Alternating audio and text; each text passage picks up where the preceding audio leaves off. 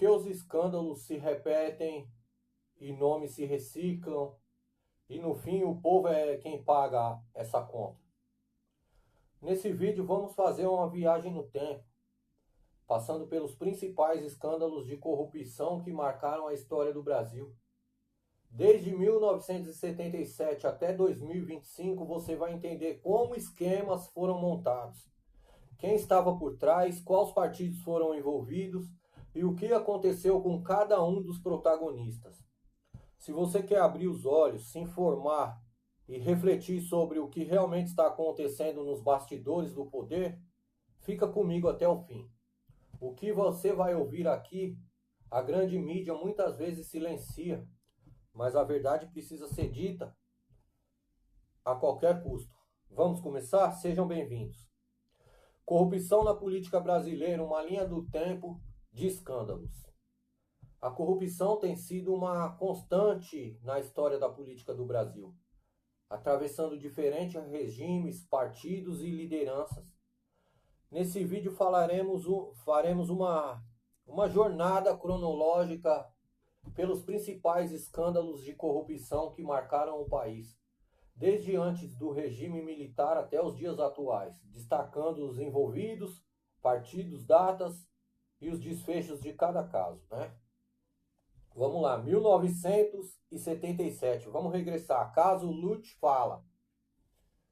Durante o regime militar em 1977, o caso Lute Fala envolveu o então ministro Reis Veloso e o político Paulo Maluf. O escândalo gerou em torno de empréstimos irregulares concedidos pelo BNDE ao grupo Lute Fala, empresa ligada à família da esposa de Paulo Maluf. A investigação foi então abafada e ninguém foi punido. Mais um caso que passou batido, né? 1992, esquema PC Farias. Paulo César Farias, tesoureiro então da campanha de Collor, comandava um esquema de desvio de recurso e tráfico de influência.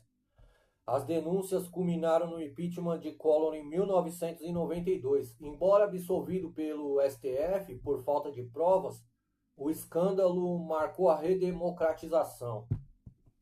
Collor preso aí em 2025, né? Vamos lá. 1995 a 2000, escândalo FHC. Compra de votos para a reeleição. 1997, deputados teriam recebido 200 mil para aprovar a emenda da reeleição. Ronivon Santiago e João Maria renunciaram. Privatizações e propinas durante a venda de estatais como a Telebrás e a Vale. Surgiram denúncias de propinas envolvendo Ricardo Sérgio de Oliveira, operador ligado ao PSDB. Só corrupção que voa, pessoal. 2002, lista de Furnas. O documento indicava desvio de recursos de Furnas para financiar campanhas de políticos do PSDB, PFL e outros. Apesar de controvérsias, a negativa da CPMI, laudo da PF, confirmou a autenticidade da lista, né? 2005, escândalo do Mensalão. Revelado por Roberto Jefferson, o escândalo envolvia pagamentos mensais a parlamentares da base do governo Lula. José Dirceu foi apontado como articulador em 2013. O STF condenou 25 pessoas, entre elas líderes do PT, PL e PP, né? Vamos lá, mais um escândalo. Escândalo dos sanguessugas, em 2006. O esquema de compra superfaturada de ambulâncias com verbas para parlamentares, né?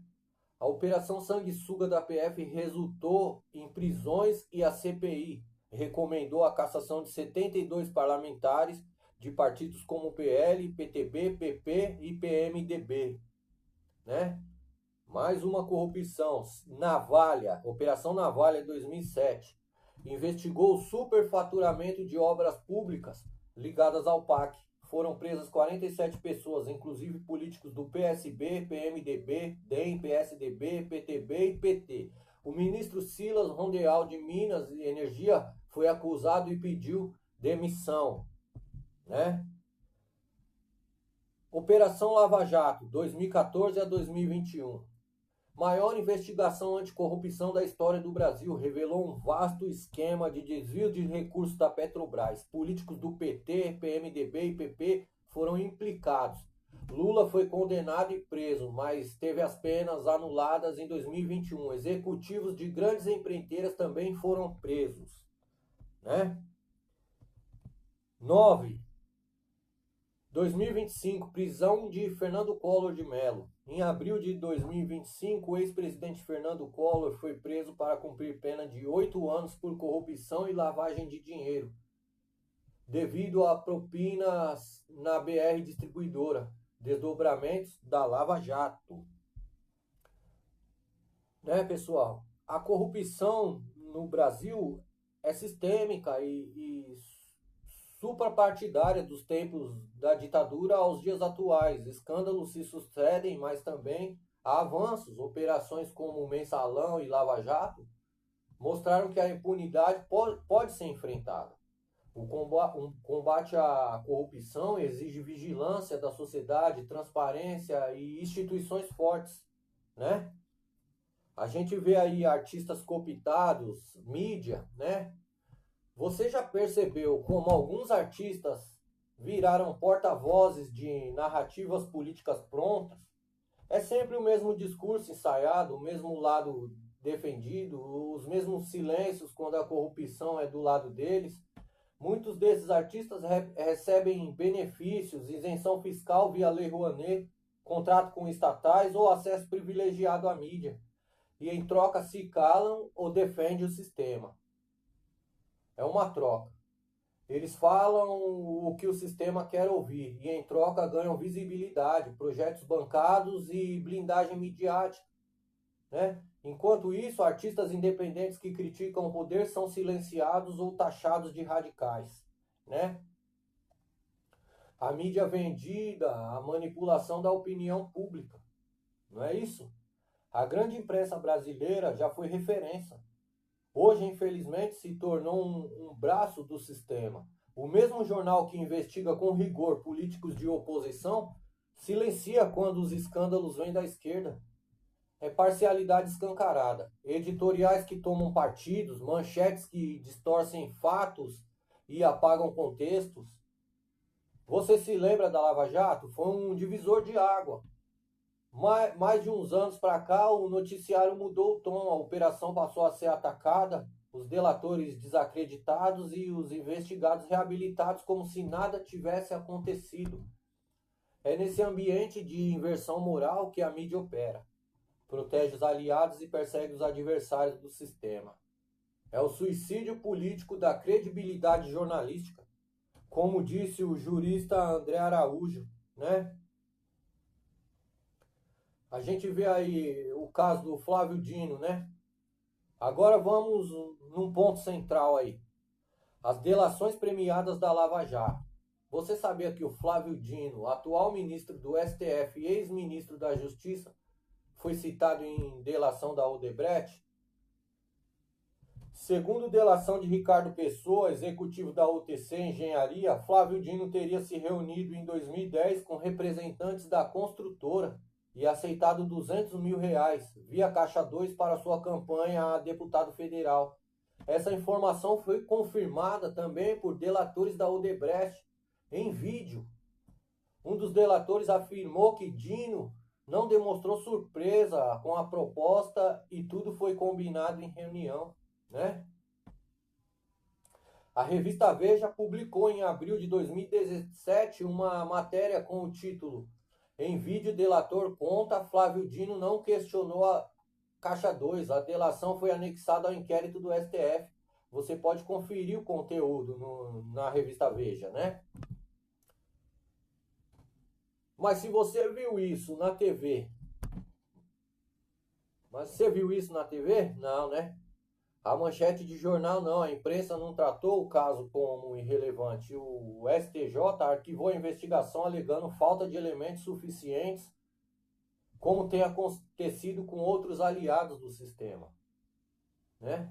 Agora compare. Políticos de oposição foram presos preventivamente, perderam direitos políticos, foram destruídos publicamente, antes mesmo de qualquer sentença.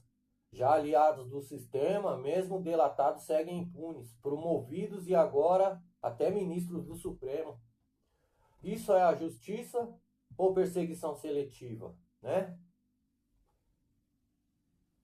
Enquanto isso, o povo brasileiro continua sofrendo altos impostos, serviços precários, inflação, violência e a elite política cada vez mais distante da realidade.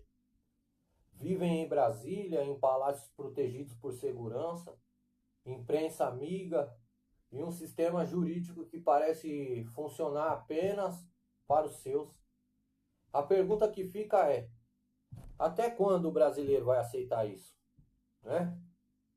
É hora de abrir os olhos, hora de enxergar que muitos artistas que você segue estão vendidos, que a mídia não informa, ela molda sua percepção que delações não importa, se o acusado for do lado certo e que a justiça perdeu o equilíbrio, virou instrumento de poder. Esse vídeo não é sobre partidos, é sobre verdade, é sobre um povo que precisa acordar, porque enquanto a mentira for tratada como normal e a corrupção como um detalhe, o Brasil continuará de joelhos, né? Compartilhe esse vídeo, faça parte. A verdade precisa ser dita com coragem, com responsabilidade, com coerência, né? Se você gostou desse vídeo aí, curta, compartilhe, comente, se inscreva no canal aí, Hots na Voz. A gente fez uma cronologia dos fatos, desde lá de 77 até os dias atuais de 2025, né? Só para relembrar pequenas passagens aí.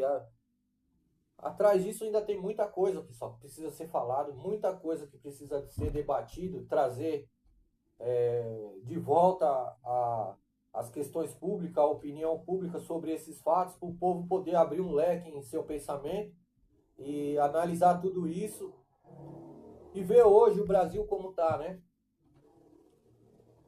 70 mil políticos no Brasil, super salários, benefícios, e o povo cada vez mais às mínguas, preços altíssimos, inflação, o dinheiro perdeu o valor, né? A gente tem que ter a consciência de saber varrer a porta da nossa casa e ficar do lado de dentro do nosso balcão, né? Estamos aqui para negociar com o mundo todo. O Brasil é um país riquíssimo, né, em recursos naturais. Recursos naturais diversos temos aqui. Mas se não sabemos fazer uma política com eficácia para que o povo brasileiro venha a ser beneficiado, para que servem os políticos, né? Temos que nos isentar de regimes ditatoriais de outros países, trazer o benefício, o lucro para dentro do nosso país. A gente vê o mundo dividido aí, países se gladiando, se degladiando, se destruindo, um jogando bomba no outro, matando sua própria população por interesses próprios, de velhos ultrapassados que estão na cadeira do poder há anos, né? E assistimos tudo isso calados, né? Qual seria a forma com eficácia de mudar tudo isso, hein? Você se conscientizar, aprender sobre política, entender da onde vem a corrupção, como que isso tudo vem sendo formatado lá de trás, para que no futuro, em futuras eleições, podemos mudar políticos lá do Congresso, legisladores, fiscalizadores, né? Que é o nosso dinheiro. O dinheiro não é deles, não são dos políticos. É um coletivo, a nação é um coletivo, é uma federação, onde diversos estados bancam a máquina pública. E eles poucos se importam com você aí, trabalhador, sofredor que me ouve nesse momento.